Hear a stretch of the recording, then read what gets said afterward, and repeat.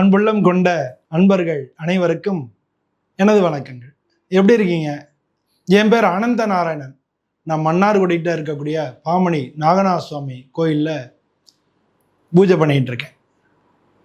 கடந்த 20 வருஷமாக நான் ஜாதகங்கள் பார்த்துட்டு இருக்கேன். அதுபடி நம்ம எல்லாருக்கும் எல்லா விதமான பலன்களும் நம்ம சொல்லிட்டு இருக்கோம். நம்மளோட ஜாதகம் பார்க்க வர்றவங்க இருக்காங்க, ஆன்லைனில் பார்க்குறவங்க இருக்காங்க. அது மாதிரி எல்லார்டையும் நம்ம ஜாதக பலன்கள் பார்க்குறோம். இப்போ இல்லை, நம்ம 20 வருஷமாக பார்க்கறதுனால ஆவரேஜாக ஒரு மாதத்துக்கு ஒரு 200-300 ஜாதகம் அப்படின்னா 20 வருஷத்தில் நம்ம எவ்வளோ பேருடைய வாழ்க்கையை பார்த்துருப்போம். இப்படியெல்லாம் பார்க்கும்பொழுது நமக்கு வாழ்க்கை ரொம்ப விசித்திரமாக இருக்கு, ரொம்ப விசித்திரமானதாக இருக்கு. ஒரே ராசியை சேர்ந்தவங்க, ஒரே ஏஜ் குரூப்பாக இருந்தால் கூட அவங்களுடைய இப்போ ஒருத்தர் அஸ்வதி நட்சத்திரம், 2 பேர் அஸ்வதி நட்சத்திரத்தில் இருக்காங்க, ஒரே ஏஜ் குரூப். பட் அவங்களுடைய வாழ்க்கையில் பயங்கரமான வித்தியாசங்கள் இருக்கு. ஒருத்தர் நல்ல பொசிஷனில் இருக்காங்க, இன்னொருத்தங்க நடுத்தரமாக இருக்காங்க. அப்போது நமக்கு அந்த நட்சத்திரங்கள் அப்போ கிட்டத்தட்ட அவங்க 2 பேருக்கும் ஒரே தசாபுத்தி தானே நடக்கணும். அப்போ அவங்களுக்குள்ள நட்சத்திரங்களுடைய விஷயங்கள் என்ன, அவங்களுடைய ராசிகள் என்ன அப்படின்றதெல்லாம் பார்க்கும்பொழுது நமக்கு வாழ்க்கையினுடைய விசித்திரம் புரியுறது.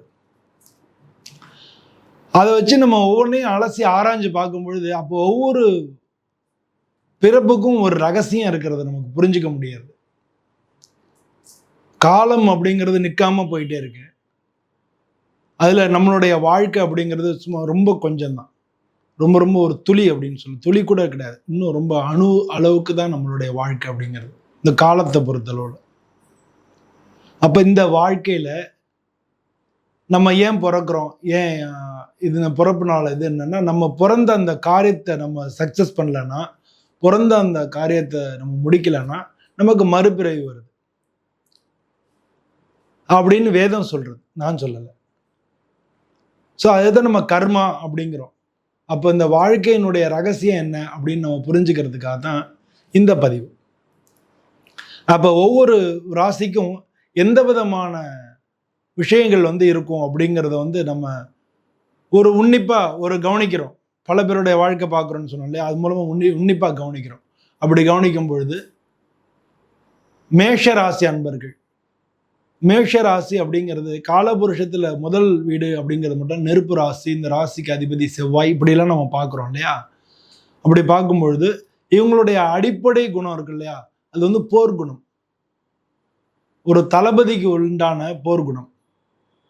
இந்த போர்க்குணம் என்ன பண்ணும் அப்படின்னா, அடிப்படையில் அவங்களுக்கு இருக்கக்கூடியது தான், இன்னொருத்தங்களுக்காக இவங்க போய் வக்காலத்து வாங்கி போய் நிற்கிறது.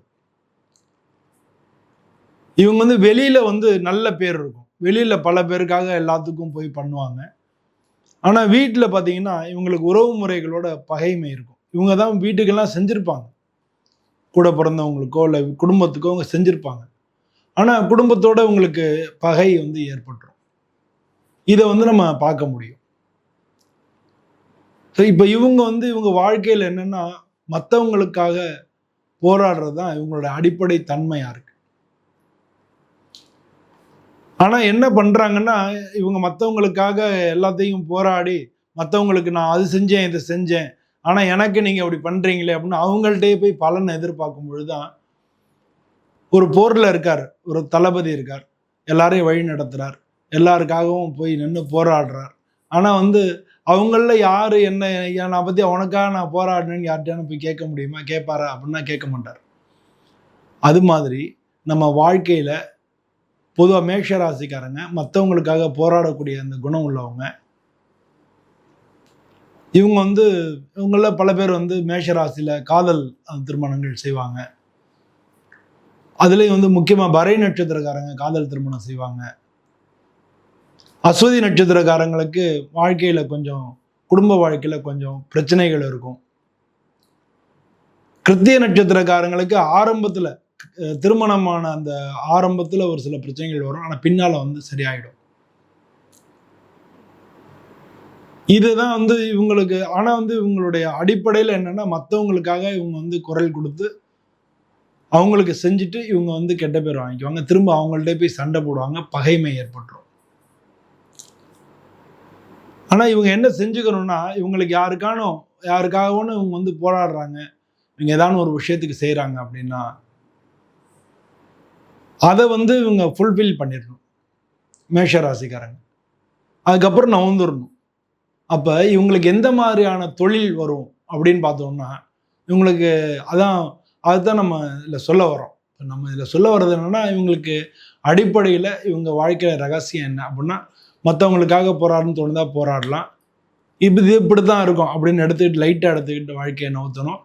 இவங்களுக்கு தகுந்த தொழில் எப்போ இவங்க சக்ஸஸ் ஆக முடியும், உங்களோட ரகசியம் எங்கே இருக்குது அப்படின்னா, மற்றவங்களுக்காக செயல்படக்கூடிய அரசாங்க உத்தியோகங்கள், காவல்துறை பார்த்திங்கன்னா மற்றவங்களுக்காக அவங்க போராடுறாங்க.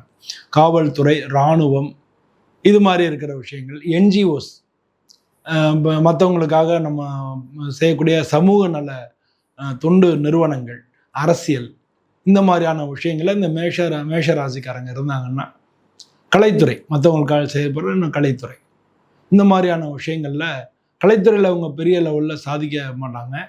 பட் வந்து இவங்க மேஷராசிக்காரங்க வந்து பொதுவாக இந்த மாதிரி காவல், இராணுவம், அது மாதிரி மற்றவங்களுக்கு உதவக்கூடிய அந்த என்ஜிஓஸ், அது மாதிரி வச்சுருக்கிறவங்க, ட்ரஸ்ட்டு, அது மாதிரிலாம் வச்சு ஃபார்ம் பண்ணி பண்ணுறவங்க, அந்த ஸ்கூலெல்லாம் நடத்துகிறவங்க, சொல்லித்தரவங்கள, வாத்தியார் இல்லை, ஸ்கூல் நடத்துகிறவங்க, கரஸ்பாண்டன்ட் அப்படின்னு சொல்லி ஸ்கூல் நடத்துகிறவங்க, இந்த மாதிரி உள்ளவங்கெல்லாம் இந்த மேஷ ராசிக்காரங்களாக இருந்தாங்கன்னா, இந்த மாதிரி விஷயங்கள் மற்றவங்களுக்காக செய்யக்கூடிய ஒரு ஒரு ஒரு தொண்டு செய்யக்கூடிய ஒரு விஷயங்களை அவங்க பண்ணாங்கன்னா, இவங்களுடைய வாழ்க்கை ரொம்ப ரொம்ப நல்லா இருக்கும். இதுதான் வந்து இவங்களுக்கு மன நிம்மதியும் தரும், இவங்களுக்கு பேரு புகழையும் தரும், பொருளாதாரத்தையும் தரும்.